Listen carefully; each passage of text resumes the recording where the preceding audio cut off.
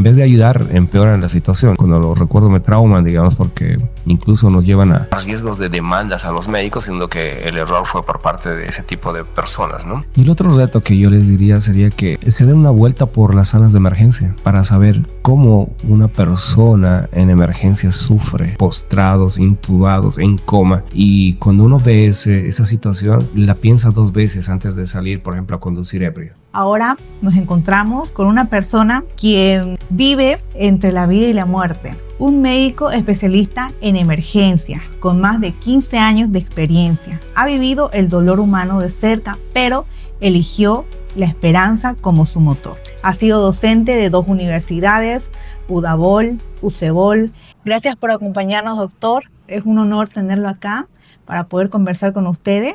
Y también, ¿no?, para que todas las personas que nos escuchan, poder conocerlo un poco más. Antes de hablar sobre su trayectoria en su carrera profesional, quiero hacerle algunas preguntas desde su infancia para que lo conozcamos mejor. Quisiera saber sobre su infancia, por ejemplo, ¿cuál ha sido el recuerdo más poderoso de su infancia o también de su adolescencia que haya tenido, que marcó en su vida para lo que es hoy en día?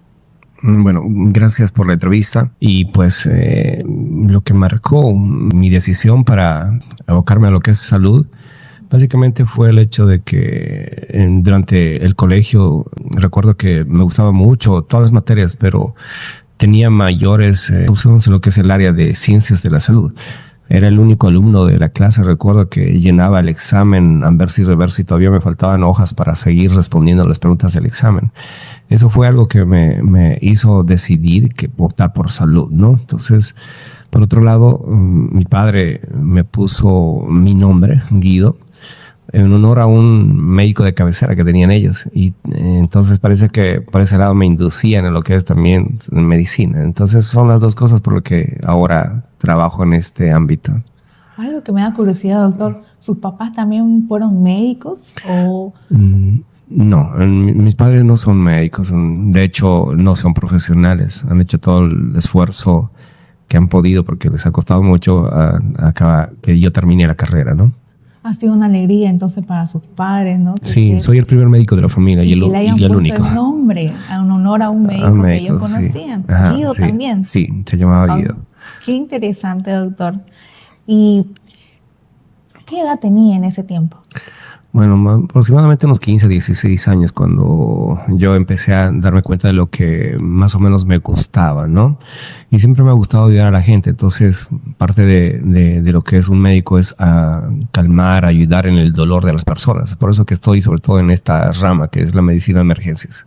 Ah, era todavía adolescente. Sí. Y usted, eso fue algo bueno que le marcó, ¿no? Y algo malo que le haya marcado en su infancia, que tal vez muchos pasamos, ¿no? Entonces a veces lo tomamos para bien o para mal. Bueno, en realidad detalles de la infancia no recuerdo mucho, ¿no? Pero en lo que respecta a lo que hago ahora, algo que me marcó durante ya mi experiencia como médico en los primeros años fue que el hecho de que atendía a un niño de 8 meses que venía por un cuadro de 2 semanas de diarrea y vómitos y pues lamentablemente el niño murió en mis brazos, ¿no? Algo que nunca voy a olvidar y que me dejó traumado por mucho tiempo porque puso a prueba todo lo que yo sabía y por eso mismo decidí incursionar en lo que es la medicina de emergencias también, ¿no?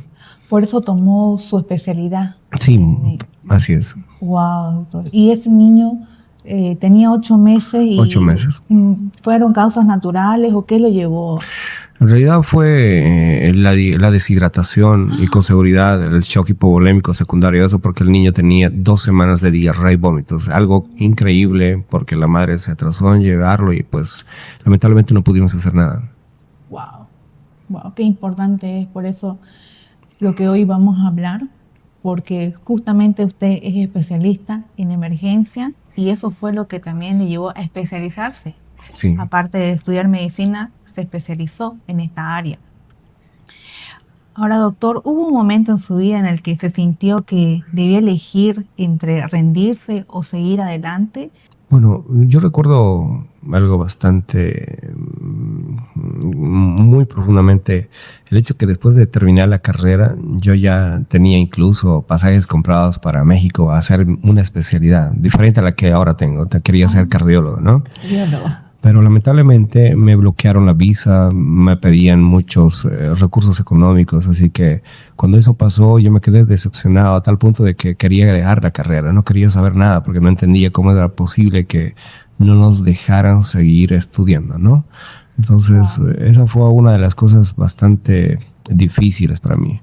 Por otro lado, casi dejo la carrera, pero por fortuna continuamos hasta estar en la especialidad donde fue bastante exigente por el hecho de que como yo soy de Sucre y no tengo familiares acá en Santa Cruz, era el único, estaba solo. Entonces, hacer la especialidad en el hospital es bastante duro. Fue muy difícil. Fue difícil y en algún momento incluso pensé en dejar la especialidad por el hecho de que necesitaba recursos económicos y pues no tenían de ningún lado estos recursos, así que para obtenerlos necesitaba trabajar y durante la especialidad no se puede trabajar, no está permitido trabajar, ¿no?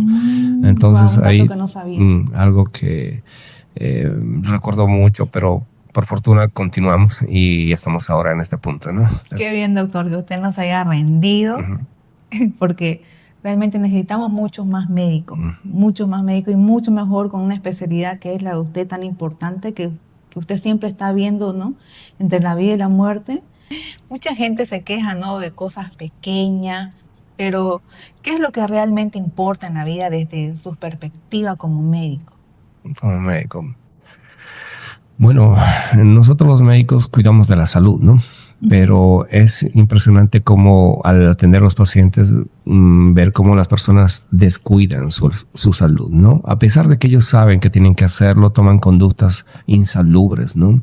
Entonces eso a uno lo pone en situación difícil porque nosotros tratamos de cuidarlos, curarlos, pero si no tenemos ayuda por parte de las personas, lamentablemente no se puede hacer mucho. Claro, sí, tiene toda la razón, doctor. ¿Y usted cuál cree que es el error más común de las personas, ¿no?, que cometen con su salud o su estilo de vida que las lleva a terminar en emergencia?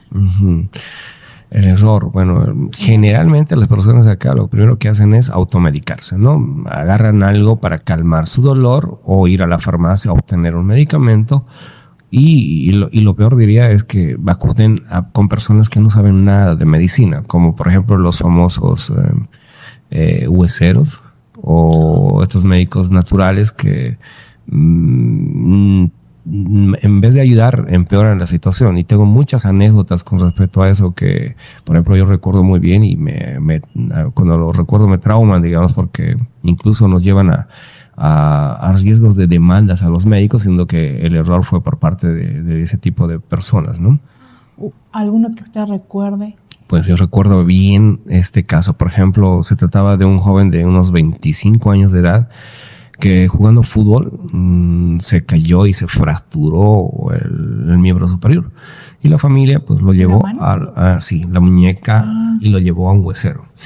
Y los hueseros típicamente lo que hacen es ponerle ese famoso cuchi, que no sé qué contendrá, pero es una cosa que secan duro por encima de la piel, supongo que con el fin de enderezar el hueso. Pero este muchacho, después de una semana de haberle hecho eso, llegó a la emergencia y en la emergencia convulsionó y tuvimos que ingresar a la sala de emergencias, intubarlo, conectarlo a una máquina. Y resulta que estaba con un proceso infeccioso severo, sufrió de un tétanos y la familia aducía de que los culpables éramos nosotros porque no lo habíamos vacunado contra el tétanos. Entonces ellos nos demandaron, pero en realidad la culpa era tanto del paciente como de la familia y del famoso huesero, ¿no? Wow. Entonces es un error frecuente por parte de la familia acudir a ese tipo de personas o automedicarse finalmente, ¿no? Claro, wow, no. A veces uno puede llegar a uno cuando está en un estado de emergencia, como lo podríamos decir, ¿no? Un accidente o algo, entonces lo que usted recomendaría es llevarlo mejor inmediatamente a un médico. Siempre los médicos somos profesionales que entendemos de la salud, estamos para cuidarlos, ¿no? Pero lamentablemente las personas no entienden esto y por eso toman ese tipo de conductas, ¿no? Claro, sí. A veces uno piensa que más barato y al final sale mucho más caro. Sale tan caro que pueden incluso perder la vida. Dios mío. Si usted pudiera darle un consejo a alguien que está en crisis, ya sea tal vez económica, emocional, física, ¿qué le diría?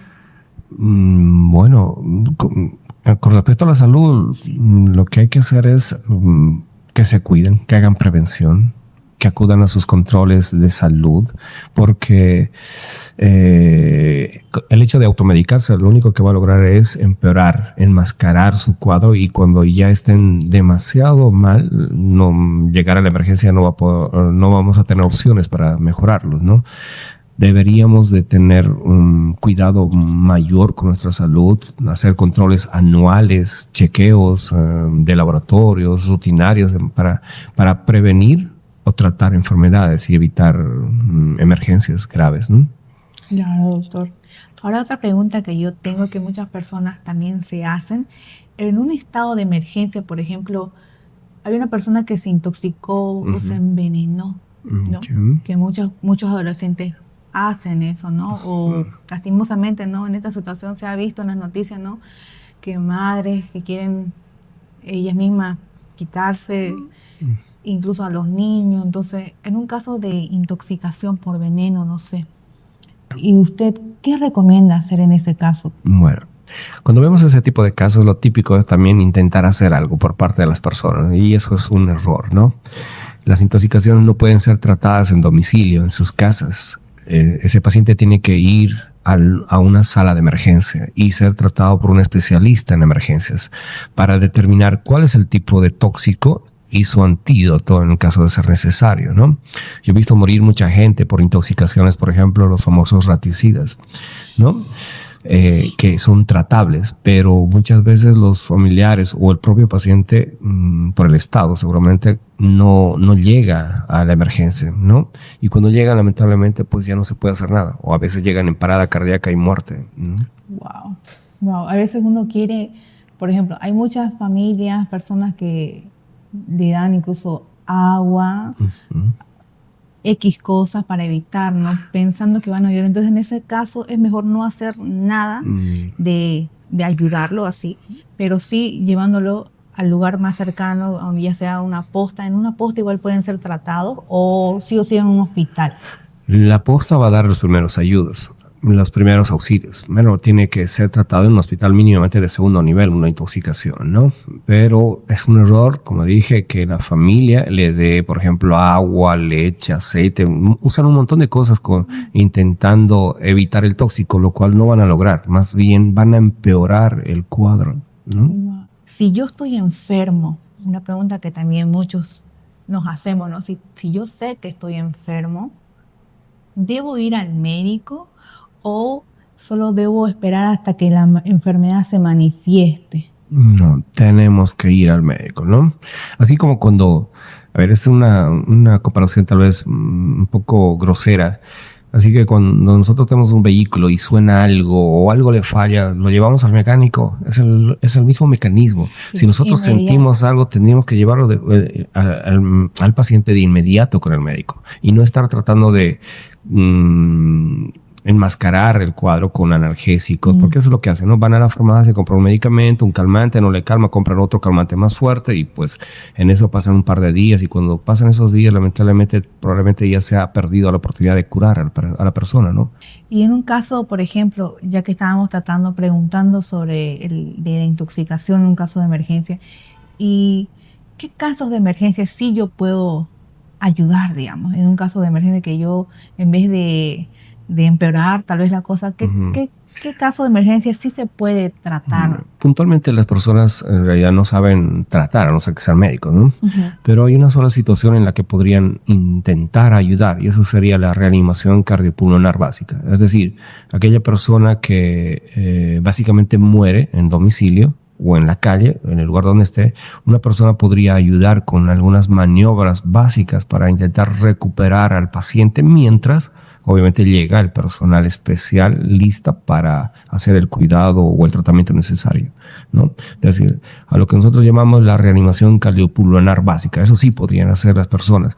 Es más, en otros países ya enseñan estas maniobras a muchachos en la escuela, colegio, ¿no? De manera que estén preparados cuando una persona pierde la conciencia, pierde el pulso y no respira. Eso es una parada cardiorrespiratoria. Entonces proceden a hacer la reanimación cardiopulmonar mientras llega el personal capacitado.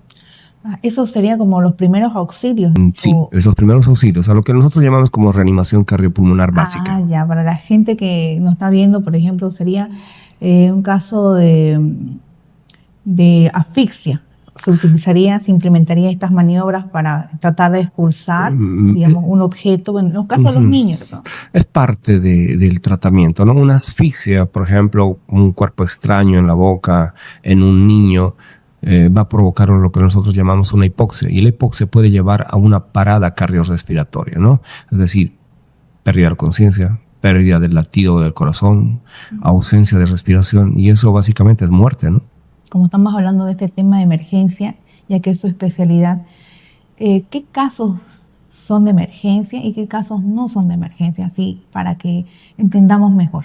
Emergencias son aquellas situaciones en las que está en peligro la vida de la persona, ¿no? O sea, existen un montón de emergencias, por ejemplo, accidentes de tránsito severos, infarto de miocardio, una elevación súbita bastante elevada de la presión arterial,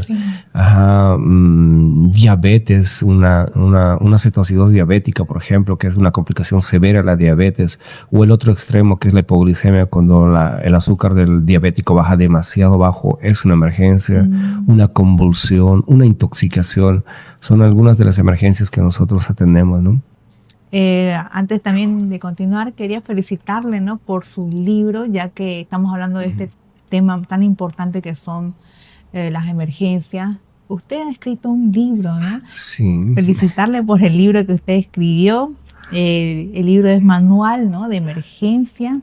Eso, si nos podría explicar un poquito, doctor, ¿sirve para solo médicos o también para personas, no sé, un padre de familia, alguien que quisiera, ¿no?, aprender? Bueno, la idea de escribir este manual de emergencias nació por el hecho de que, como soy docente tanto de pregrado y posgrado, al ver la necesidad de un material nuevo con explicaciones sencillas pero técnicamente detalladas, la hemos realizado con algo muy diferente a los libros que existen. Típicamente los libros de medicina son áridos, extensos, de manera que después de un par de páginas uno empieza a dormirse y a aburrirse, ¿no? Entonces, en diría parte del libro, porque es el primer capítulo en realidad de los 15 que pensamos escribir. El primer capítulo es reanimación cardiopulmonar, RCP, supervivencia garantizada, así se llama el primer capítulo, ¿no? Entonces, lo hemos hecho dirigido a nuestros alumnos de pregrado y posgrado, ¿no? Pero RCP, como dije, tienen que aprenderlo todas las personas, incluso de calle. Entonces podrían adquirirlo las personas que estén interesados en el tema. Pero que los posteriores capítulos, sí, esos van a tener mayores tecnicismos médicos. En realidad las personas no la van a poder entender, ¿no? Entonces hemos escrito este libro inspirados en eso, pensando en que necesitamos enganchar al lector como una serie de Netflix, ¿no? Entonces tiene cierto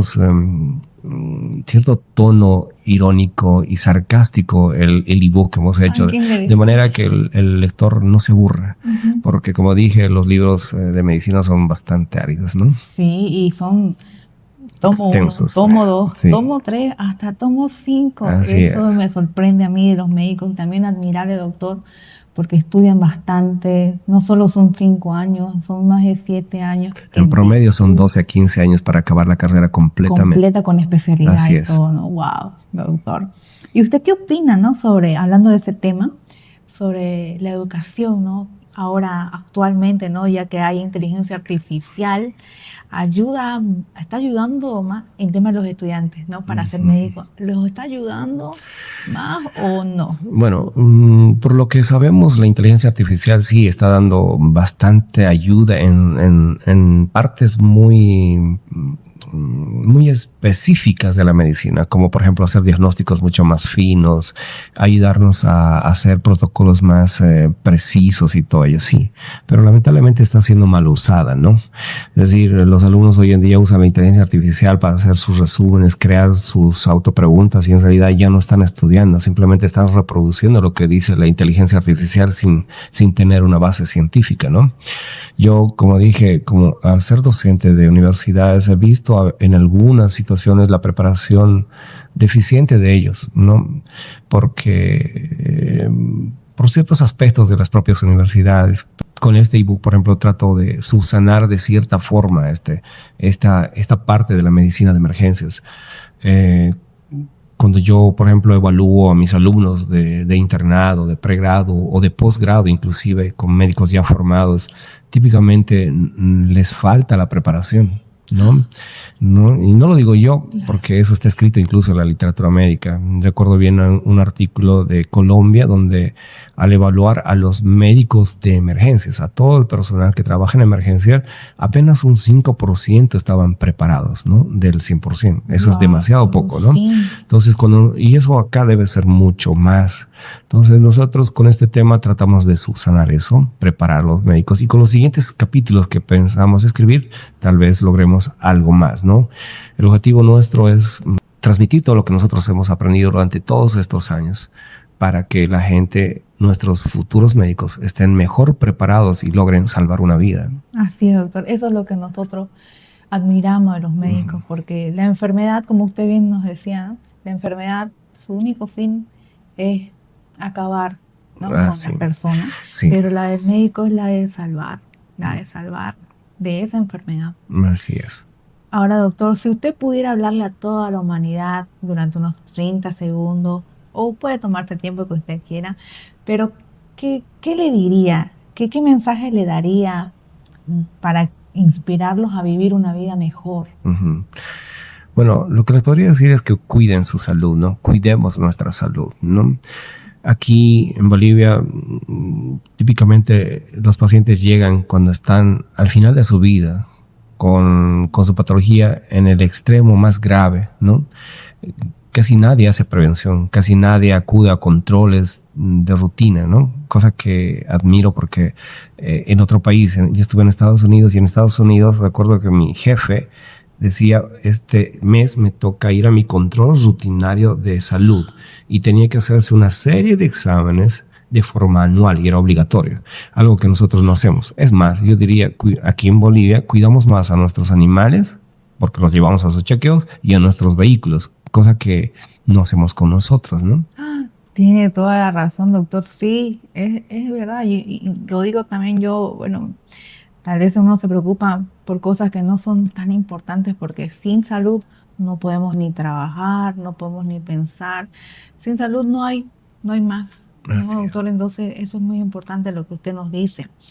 Ahora, con este podcast cerramos con un reto inspirador para las personas que nos están viendo, que lo hagan, ¿no? En las próximas 24 horas o lo más rápido posible que puedan hacerlo. Un reto que usted le daría. ¿Qué pequeño reto le dejaría hoy a quienes nos escuchan para que valoren más su vida? Pueden ser dos. Pueden ser dos.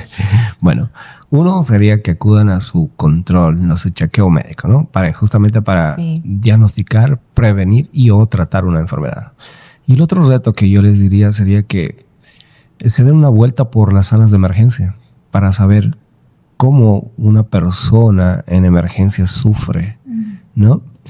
En otros países lo que hacen es para evitar, por ejemplo, accidentes de tránsito. Llevan a las personas que ya se han accidentado a ver a los pacientes que han sufrido un accidente de tránsito. Los ven como están postrados, intubados, en coma. Y cuando uno ve esa situación, la piensa 2 veces antes de salir, por ejemplo, a conducir ebrio, ¿no? Cosas como esas yo creo que podrían impactar en una persona para evitar mayores accidentes o prevenir enfermedades de otros tipos. Wow, doctor, sí, hasta ese reto yo lo voy a hacer, doctor, porque realmente así uno va a tomar conciencia de las cosas que están en nuestras manos hacerlo, Claro. porque nadie más. Le agradezco más bien, doctor, por estar aquí, por compartirnos su conocimiento y saber muchas cosas que yo no tenía idea. Le agradezco, doctor, por estar acá. Ha sido un gusto, doctor. A ustedes, les gracias por la entrevista. Ha sido bonito compartir algo de lo que nosotros sabemos. Esperemos que inspiren en alguna medida todo lo que acabamos de decir. Y pues siempre que nos requieran estamos aquí. Muchas gracias, doctor. Muy bien, lo volveremos a invitar entonces. Muchas gracias. Gracias. Bendiciones. Chao, chao.